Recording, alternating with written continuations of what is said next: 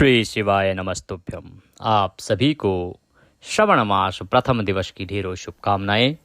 प्रिय भक्तों, सावन का पावन पवित्र महीना आरंभ हो गया है। अब आप सुनेंगे प्रतिदिन श्रावण मास महात्म्य।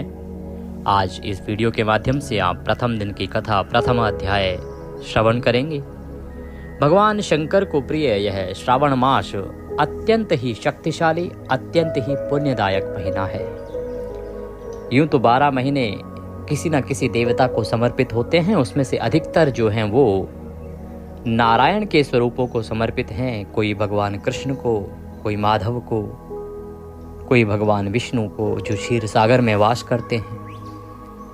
परंतु श्रावण मास एक ऐसा महीना है 12 महीनों में जो भगवान शंकर को पूर्णतः समर्पित है। इस महीने की महिमा इतनी अधिक है कि यदि आप प्रतिदिन भगवान शंकर को 1 लोटा जल अर्पित करें तो श्रावण मास में प्रतिदिन जल का 1 लोटा अर्पित करने मात्र से ही आपके जीवन के सभी पापों का नाश हो जाता है। श्रावण मास में आपको भगवान शंकर की कथाएं सुननी चाहिए, शिव महापुराण सुनना चाहिए, श्रावण मास महात्म्य सुनना चाहिए। इनको जितना आप श्रावण मास में सुनेंगे उतना अधिक कल्याणकारी है। श्रावण मास में इन कथाओं को, इन पुराणों को सुनने से आपके 7 जन्मों के पापों का नाश होता है।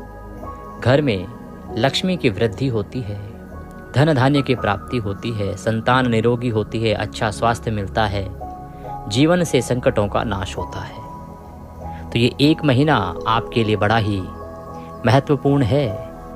हम अपने चैनल पर आपको शिव महापुराण भी सुना रहे हैं और श्रावण मास महात्म्य भी सुना रहे हैं। इस वीडियो में हम श्रावण मास महात्म्य कहेंगे।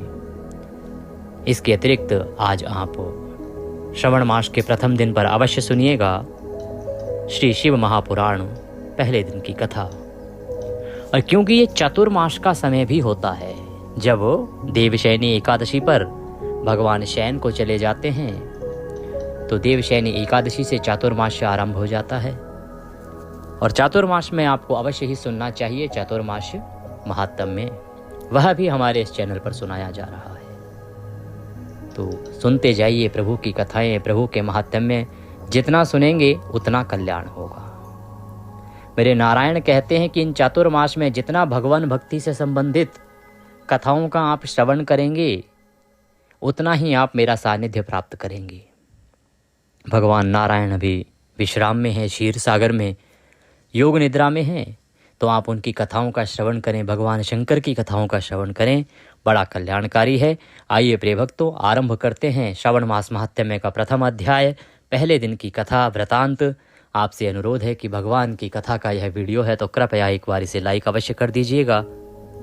कमेंट बॉक्स में अवश्य लिखिएगा जय शिव शंकर, हर हर महादेव। भगवान भोलेनाथ अवश्य ही आपके संकटों को दूर करेंगे। आप देख रहे हैं देवभूमि ज्योतिष संस्थान का प्रतिष्ठित YouTube चैनल देवभूमि धार्मिक।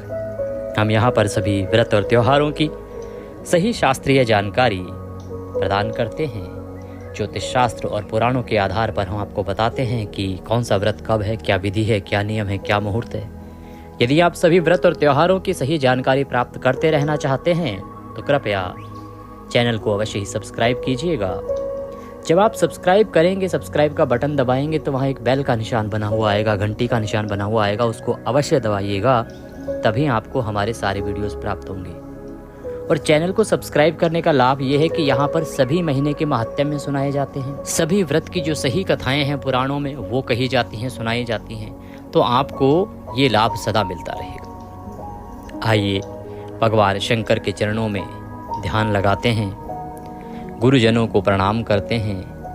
प्रथम पूज्य गणेश जी महाराज को नमस्कार करते हैं, माता पार्वती को नमन करते हैं, देवी सरस्वती को नमन करते हैं और सभी को नमन करते हुए संगत को नमन करते हैं। हमारे जो श्रोता यहाँ हमें सुन रहे हैं, आप सभी को नमन करते हुए आरंभ करते हैं श्रावण मास महात्म्य में पहले दिन की कथा, पहले दिन का वृतांत। आप हमारे साथ 30 दिन तक सुनेंगे श्रावण मास महात्म्य। इसमें आप सुनेंगे विश्वेश्वर संहिता से और रुद्र संहिता से। जो भी वृतांत आएंगे वो यहीं से होंगे, इन्हीं में सब वर्णित है।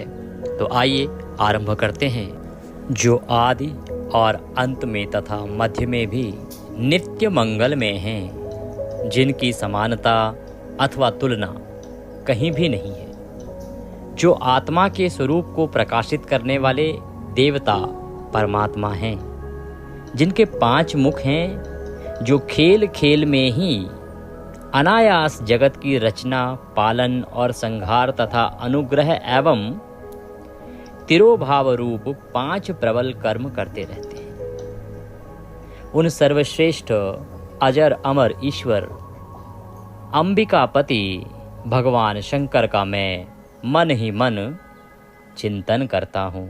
बोले शंकर भगवान की जय। व्यास जी कहते हैं कि हे ब्राह्मणों, अब मैं तुमसे भगवान शंकर के सर्वप्रिय माह श्रवण मास का महात्म्य कहता हूँ। ये महात्म्य मनुष्य का कल्याण करने वाला है। भगवान शंकर की कृपा प्राप्त करने का सबसे सरल और साधारण उत्तम उपाय है। जो इसका श्रवण करता है वह भगवान शंकर की कृपा अवश्य प्राप्त करता है। जो धर्म का महान क्षेत्र है और जहाँ गंगा यमुना का संगम हुआ, उस परम पुण्य में प्रयाग में जो ब्रह्मलोक का मार्ग है, सत्य व्रत में तत्पर रहने वाले महातेजस्वी महाभाग महात्मा मुनियों ने एक विशाल यज्ञ का आयोजन किया। उस ज्ञान यज्ञ का समाचार सुनकर पुराण शिरोमणि व्यास शिष्य महामुनि सूत जी वहां पहुंचे। वहां मुनियों का दर्शन करने के लिए आए। सूत जी को आते देख वे सब मुनि उस समय हर्ष से खिल उठे और अत्यंत प्रसन्न चित्त से उन्होंने उनका विधिवत स्वागत सत्कार किया। तत्पश्चात उन प्रसन्न महात्माओं ने उनकी विधिवत स्तुति करके विनय पूर्वक हाथ जोड़कर उनसे इस प्रकार कहा। सर्वज्ञ विद्वान रोमहर्षण जी, आपका भाग्य बड़ा भारी है। इसी से आपने व्यास जी के मुख से अपनी प्रसन्नता के लिए ही संपूर्ण पुराण विद्या प्राप्त की। इसलिए आप आश्चर्य स्वरूप कथाओं के भंडार हैं। ठीक उसी तरह जैसे रत्नाकर समुद्र बड़े बड़े सारभूत रत्नों का आगार है। तीनों लोकों में भूत, वर्तमान और भविष्य तथा और भी जो कोई वस्तु है वह आपसे अज्ञात नहीं है। आप हमारे सौभाग्य से इस यज्ञ का दर्शन करने के लिए यहाँ पधारे हैं और इसी व्याज से हमारा कल्याण करने वाले हैं, क्योंकि आपका आगमन निरर्थक नहीं हो सकता। हमने पहले भी आपसे शुभ अशुभ तत्व का पूरा पूरा वर्णन सुना है, किंतु उससे तृप्ति नहीं होती। हमें उसे सुनने की बारंबार इच्छा होती है। उत्तम बुद्धि वाले सूत जी, इस समय हमें एक ही बात सुननी है। यदि आपका अनुग्रह हो तो गोपनीय होने पर भी आप उस विषय का वर्णन करें। इस प्रकार से एक समय की बात है कि गंगा यमुना का जो संगम है प्रयाग, वहाँ पर एक महान यज्ञ आयोजन किया गया, जिसके लिए बड़े बड़े शिरोमणि, बड़े बड़े साधु संत मुनि तपस्वी वहाँ पर आए और उन सब से मिलने के लिए, उन सब का दर्शन करने के लिए सर्वश्रेष्ठ श्री सूत जी महाराज वहाँ पहुँचे। तो सभी साधु संत उनका सत्कार करते हैं और सभी जानते हैं कि उनसे उत्तम कोई वक्ता नहीं है जिसे पुराणों की जानकारी हो, जिसे भगवत भक्ति की जानकारी हो, जिसे भगवान की कथाओं की जानकारी हो, जिसे भगवत भक्ति से बढ़ के कुछ और आता हो। उनसे श्रेष्ठ कोई नहीं है। तो सभी साधु महात्मा ब्राह्मणगण उनसे निवेदन करते हैं कि हमें आपसे बारंबार सुनने की इच्छा होती है। उत्तम बुद्धि वाले सूत जी, इस समय हमें एक ही बात सुननी है। यदि आपका अनुग्रह हो तो गोपनीय होने पर भी आप उस विषय का वर्णन करें। प्रभु, घोर कलयुग आने पर मनुष्य पुण्य कर्म से दूर रहेंगे, दुराचार में फंस जाएंगे और सबके सब सत्य भाषण से मुंह फेर लेंगे, दूसरों की निंदा में तत्पर रहेंगे, पराये धन को हड़प लेने की इच्छा करेंगे, उनका मन पराई स्त्रियों में आसक्त होगा तथा वे दूसरे प्राणियों की हिंसा किया करेंगे, अपने शरीर को ही आत्मा समझेंगे, मूढ़ नास्तिक और पशु बुद्धि रखने वाले होंगे, माता पिता से द्वेष रखेंगे, ब्राह्मण लोभ रूपी ग्राह के ग्रास बन जाएंगे, वेद बेचकर जीविका चलाएंगे, धन का उपार्जन करने के लिए ही विद्या का अभ्यास करेंगे और मद से मोहित रहेंगे, अपनी जाति के कर्म छोड़ देंगे, प्रायः दूसरों को ठगेंगे, तीनों काल की संध्याओं और उपासना से दूर रहेंगे, ब्रह्म ज्ञान से शून्य होंगे, समस्त क्षत्रिय भी स्वधर्म का त्याग करने वाले होंगे, कुसंगी पापी और व्याभिचारी होंगे, उनमें शौर्य का अभाव होगा, वे कुत्सित चौर्य कर्म से जीविका चलाएंगे, शूद्रों का सा बर्ताव करेंगे और उनका चित्त काम का किंकर बना रहेगा, वैश्य संस्कार भ्रष्ट, स्वधर्म त्यागी, कुमार्गी, धनोपार्जन परायण तथा नाप तोल में अपनी कुत्सित वृत्ति का परिचय देने वाले होंगे। इसी तरह शूद्र ब्राह्मणों के आचार में तत्पर होंगे, उनकी आकृति उज्जवल होगी, अर्थात वे अपना कर्म धर्म छोड़कर उज्जवल वेशभूषा विभूषित हों, व्यर्थ घूमेंगे, वे स्वभावतः ही अपने धर्म का त्याग करने वाले होंगे, उनके विचार धर्म के प्रतिकूल होंगे, वे कुटिल और द्विज निंदक होंगे, यदि धनी हुए तो कुमार्ग में और कुकर्म में लग जाएंगे, विद्वान हुए तो वाद विवाद करने लग जाएंगे, अपने को कुलीन मानकर चारों वर्णों के साथ वैवाहिक संबंध स्थापित करेंगे, समस्त वर्णों को अपने संपर्क से भ्रष्ट करेंगे, वे लोग अपनी अधिकार सीमा से बाहर जाकर द्विजोचित सत्कर्मों का अनुष्ठान करने वाले होंगे।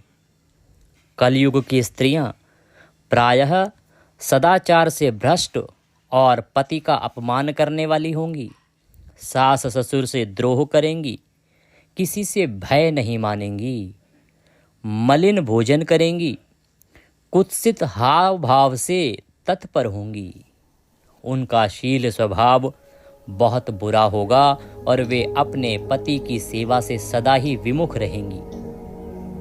सूत जी, इस तरह जिनकी बुद्धि नष्ट हो गई है, जिन्होंने अपने धर्म का त्याग कर दिया है, ऐसे लोगों को इहलोक और परलोक में उत्तम गति कैसे प्राप्त होगी, इसी चिंता से हमारा मन सदा व्याकुल रहता है। परोपकार के समान दूसरा कोई धर्म नहीं है, अतः जिस छोटे से उपाय से इन सब के पापों का तत्काल नाश हो जाए, उसे इस समय कृपा पूर्वक बताइए, क्योंकि आप समस्त सिद्धांतों की ज्ञाता हैं। इस प्रकार से सभी प्रयाग में एकत्र हुए ऋषि मुनियों ने सूत जी को अपनी चिंताओं से अवगत कराया कि कलयुग आ रहा है और कलयुग में किस किस प्रकार की घटनाएं घटित होंगी, और मनुष्य जब कुमार्ग पर चल पड़ेगा तो उसकी मुक्ति कैसे होगी, क्योंकि यदि उसकी मुक्ति नहीं हुई तो जीवात्मा यूं ही भटकती रहेगी। और ऋषियों का तो काम ही है परोपकार, दूसरों का उपकार करना। तो मनुष्य के उपकार के लिए जो एक भीषिका है कलयुग की, उसको उन्होंने सूत जी के सामने रखा। अब कलयुग में आप देख ही रहे हैं आजकल क्या हो रहा है और क्या नहीं हो रहा है, अधिक बोलने की आवश्यकता कहाँ है। हम तो जी रहे हैं कलयुग में, 2025 चल रहा है, जबकि अभी तो आया भी नहीं है, अभी पूरे जोर पर भी नहीं है कलयुग, अभी तो 25% ही आया है, बहुत कुछ बाकी है होना। तो अभी आप अपने आसपास देखते हैं कि मनुष्य का विचार कैसा हो गया है, स्त्रियों का विचार कैसा हो गया है। अभी कुछ प्रतिशत ऐसे हैं क्योंकि अभी कलयुग आया नहीं है। जब पूर्ण रूप से कलयुग हावी होगा तब 99% लोग ऐसे ही हो जाएंगे जैसे आज केवल 10-12% लोग हैं। लेकिन आज 10-12% हैं, तब आप देखिए कभी कहाँ मर्डर, कभी कहाँ मर्डर। अभी आपने देखा ही शिलोंग में जो घटना घटी। कौन आज से कुछ समय पहले ऐसा विचार कर सकता था कि एक स्त्री, एक कन्या इस प्रकार से भी सोच सकती है या कर सकती है। एक समय महिलाओं पर अत्याचार होता था तो मांग उठी कि बराबरी का अधिकार मिलना चाहिए। हाँ, मिलना चाहिए, क्योंकि अर्धांगिनी का तो अर्थ ही होता है आपकी बराबर की सहभागी हैं। आज समय लेकिन वहाँ पहुँच गया है कि कहीं आदमियों को ड्रम में और सीमेंट में चिन दिया जाता है, कहीं शिलोंग में मरवा दिया जाता है। तो समय तेजी से परिवर्तित हो रहा है। ऐसे समय में आवश्यकता है धर्म पर अडिग जो लोग हैं, आप जैसे जो धर्मावलंबी लोग हैं, जो भगवान की भक्ति करने में आज भी विश्वास करते हैं, आप जैसे जो ज्ञानी लोग हैं जिनको आज भी ईश्वर में विश्वास है और जो ईश्वर की प्राप्ति चाहते हैं, ईश्वर के आशीर्वाद से सब ठीक करना चाहते हैं, तो आप लोग इस समाज के लिए एक प्रकाशक का कार्य कर सकते हैं। आप सभी हैं जिनके कारण ही यह पृथ्वी चल रही है। आप जैसे जो लोग जब तक धर्म कर्म करते रहेंगे, भगवान की कथाएं सुनते रहेंगे, भगवान में आस्थावान रहेंगे, तब तक ही ये सृष्टि है। अन्यथा कुमार्ग पर जाने वालों ने तो हदें पार कर ही रखी हैं। तो इस प्रकार से इस समाज से चिंतित होकर जब ऋषियों ने सूत जी से निवेदन किया तो व्यास जी कहते हैं कि उन भावित आत्मा मुनियों की यह बात सुनकर सूत जी मन ही मन भगवान शंकर का स्मरण करके उनसे इस प्रकार बोले। सूत जी कहते हैं, साधु महात्माओं, आपने बहुत अच्छी बात पूछी है। आपका यह प्रश्न तीनों लोकों का हित करने वाला है। मैं गुरुदेव व्यास का स्मरण करके आप लोगों के स्नेहवश इस विषय का वर्णन करूंगा। आप आदर पूर्वक सुने।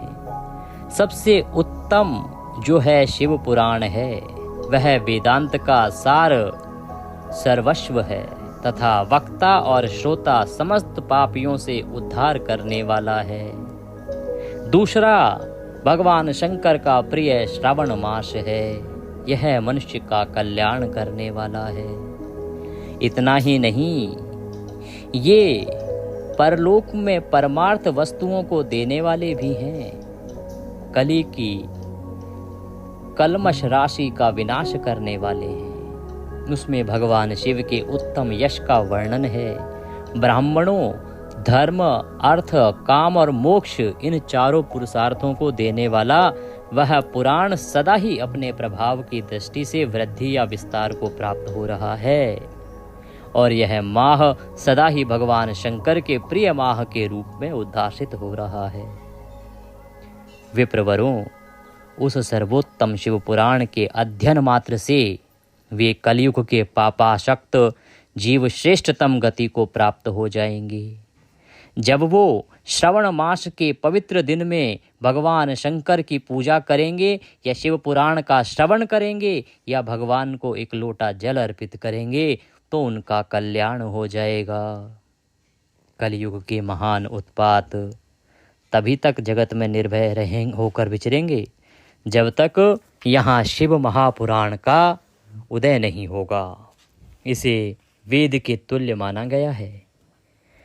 इस वेद कल्प पुराण का सबसे पहले भगवान शिव ने ही प्रणयन किया था। वेदेश्वर संहिता, रुद्र संहिता, विनायक संहिता, उमा संहिता, मातृ संहिता, एकादश रुद्र संहिता, कैलाश संहिता, शतरुद्र संहिता और कोटि रुद्र संहिता, सहस्त्र कोटि रुद्र संहिता, वायवीय संहिता तथा धर्म संहिता, इस प्रकार इस पुराण के 12 भेद या खंड हैं। ये 12 संहिताएं अत्यंत पुण्यमयी मानी गई हैं। ब्राह्मणों, अब मैं उनके श्लोकों की व्याख्या बता रहा हूँ। आप लोग वह सब आदर पूर्वक सुने, जिसे श्रावण मास में सुनने से मनुष्य का अवश्य कल्याण होता है। विश्वेश्वर संहिता, जिसे श्रवण मास महात्म्य के रूप में सुना जा सकता है, 10,000 श्लोक वाली है।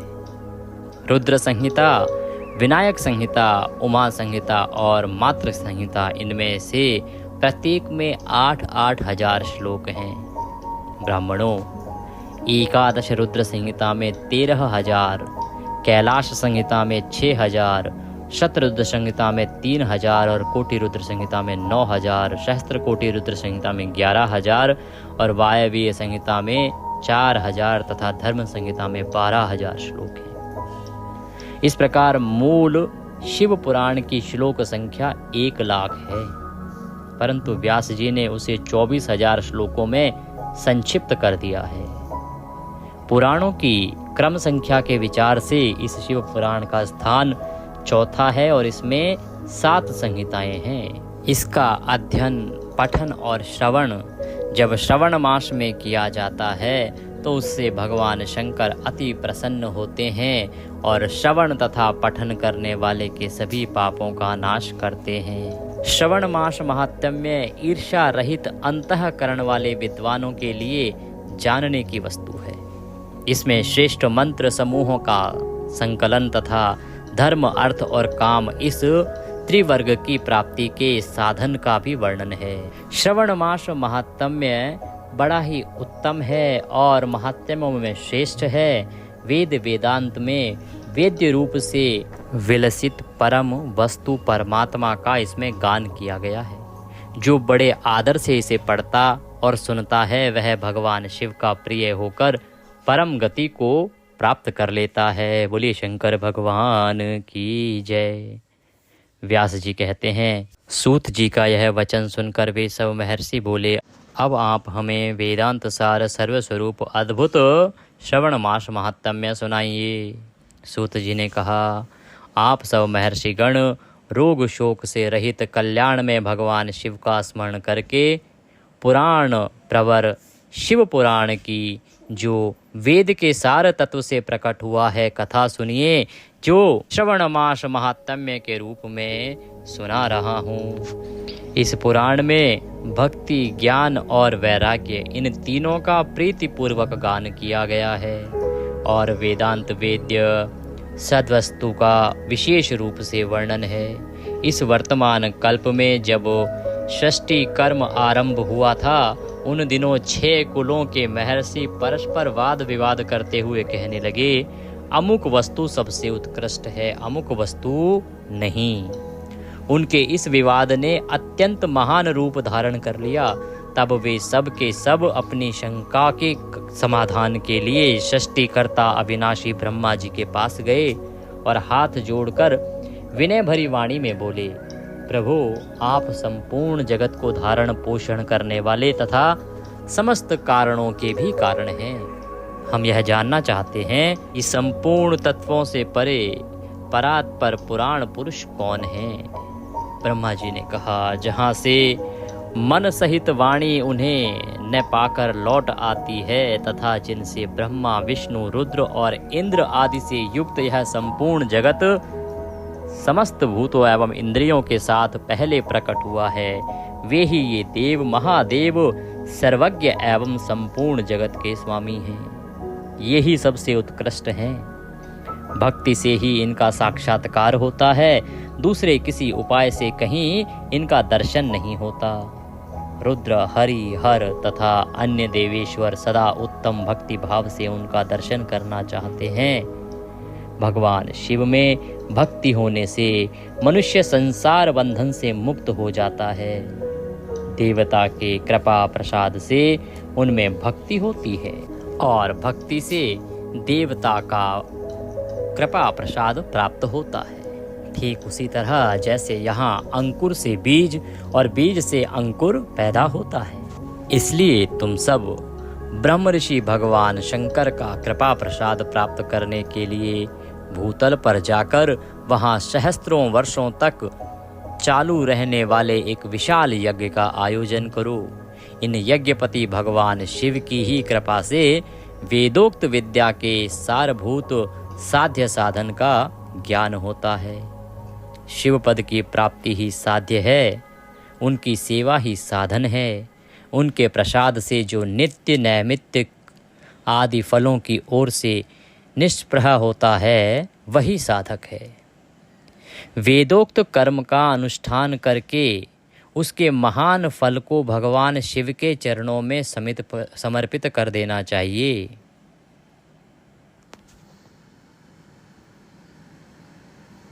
यही परमेश्वर पद की प्राप्ति है, वही सालोक्य आदि के क्रम से प्राप्त होने वाली मुक्ति है। उन पुरुषों की भक्ति के अनुसार उन सबको उत्कृष्ट फल की प्राप्ति होती है। उस भक्ति के साधन अनेक प्रकार के हैं, जिनका साक्षात महेश्वर ने ही प्रतिपादन किया है। उनमें से सारभूत साधनों को संक्षिप्त करके मैं बता रहा हूँ। कान से भगवान के नाम, गुण और लीलाओं का श्रवण, वाणी द्वारा उनका कीर्तन तथा मन के द्वारा उनका मनन, इन तीनों को महान साधन कहा गया है। तात्पर्य यह है कि महेश्वर का श्रवण, कीर्तन और मनन करना चाहिए। यह श्रुति का वाक्य हम सब के लिए प्रमाणभूत है। इसी साधन से संपूर्ण मनोरथों की सिद्धि में लगे हुए आप लोग परम साध्य को प्राप्त हों। लोग प्रत्यक्ष वस्तुओं को आंख से देखकर उसमें प्रवृत्त होते हैं, परंतु जिस वस्तु का कहीं भी प्रत्यक्ष दर्शन नहीं होता, उसे श्रवणेन्द्रिय द्वारा जान सुनकर मनुष्य उसकी प्राप्ति के लिए चेष्टा करता है। अतः पहला साधन श्रवण ही है। उसके द्वारा गुरु के मुख से तत्व को सुनकर श्रेष्ठ बुद्धि वाला विद्वान पुरुष अन्य साधन कीर्तन एवं मन की सिद्धि करें। क्रमशः मनन पर्यंत इस साधन की अच्छी तरह साधना कर लेने पर उसके द्वारा सालोक्य आदि के क्रम से धीरे धीरे भगवान शिव का संयोग प्राप्त होता है। पहले सारे अंगों के रोग नष्ट हो जाते हैं, फिर सब प्रकार का लौकिक आनंद भी विलीन हो जाता है। भगवान शंकर की पूजा उनके नामों के जप तथा उनके गुण रूप विलास और नामों का युक्ति परायण चित्त के द्वारा जो निरंतर परिशोधन या चिंतन होता है, उसी को मनन कहा गया है। वह महेश्वर की कृपा दृष्टि से उपलब्ध होता है। उसे समस्त श्रेष्ठ साधनों में प्रधान या प्रमुख कहा गया है। सूत जी कहते हैं कि मुनीश्वरों, इस साधन का महात्म्य बताने के प्रसंग में मैं आप लोगों के लिए एक प्राचीन वृतांत का वर्णन करूंगा। उसे ध्यान देकर आप सुने। पहले की बात है, पराशर मुनि के पुत्र मेरे गुरु व्यास देव जी सरस्वती नदी के सुंदर तट पर तपस्या कर रहे थे। एक दिन सूर्य तुल्य तेजस्वी विमान से यात्रा करते हुए भगवान सनत कुमार अकस्मात वहां जा पहुंचे। उन्होंने मेरे गुरु को वहां देखा। वे ध्यान में मग्न थे। उससे जगने पर उन्होंने ब्रह्मपुत्र सनत कुमार जी को अपने सामने उपस्थित देखा। देखकर वे बड़े वेग से उठे और उनके चरणों में प्रणाम करके मुनि ने उन्हें अर्घ्य दिया और देवताओं के बैठने योग्य आसन भी अर्पित किया। तब प्रसन्न हुए भगवान सनत कुमार विनीत भाव से खड़े हुए व्यास जी से गंभीर वाणी में बोले, मुने, तुम सत्य वस्तु का चिंतन करो। वह सत्य पदार्थ भगवान शिव ही हैं, जो तुम्हारे साक्षात्कार के विषय में होंगे। भगवान शंकर का श्रवण, कीर्तन, मनन, ये 3 महत्तर साधन कहे गए हैं। ये तीनों ही वेद सम्मत हैं। पूर्व काल में मैं दूसरे साधनों के संभ्रम में पड़कर घूमता घामता मंदराचल पर जा पहुंचा और वहां तपस्या करने लगा। तदंतर महेश्वर शिव की आज्ञा से भगवान नंदकेश्वर वहां आए। उनकी मुझ पर बड़ी दया थी।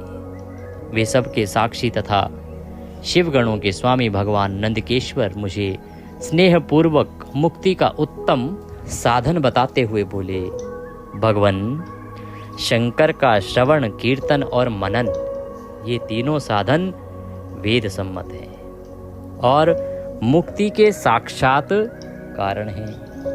यह बात स्वयं भगवान शिव ने मुझे कही है।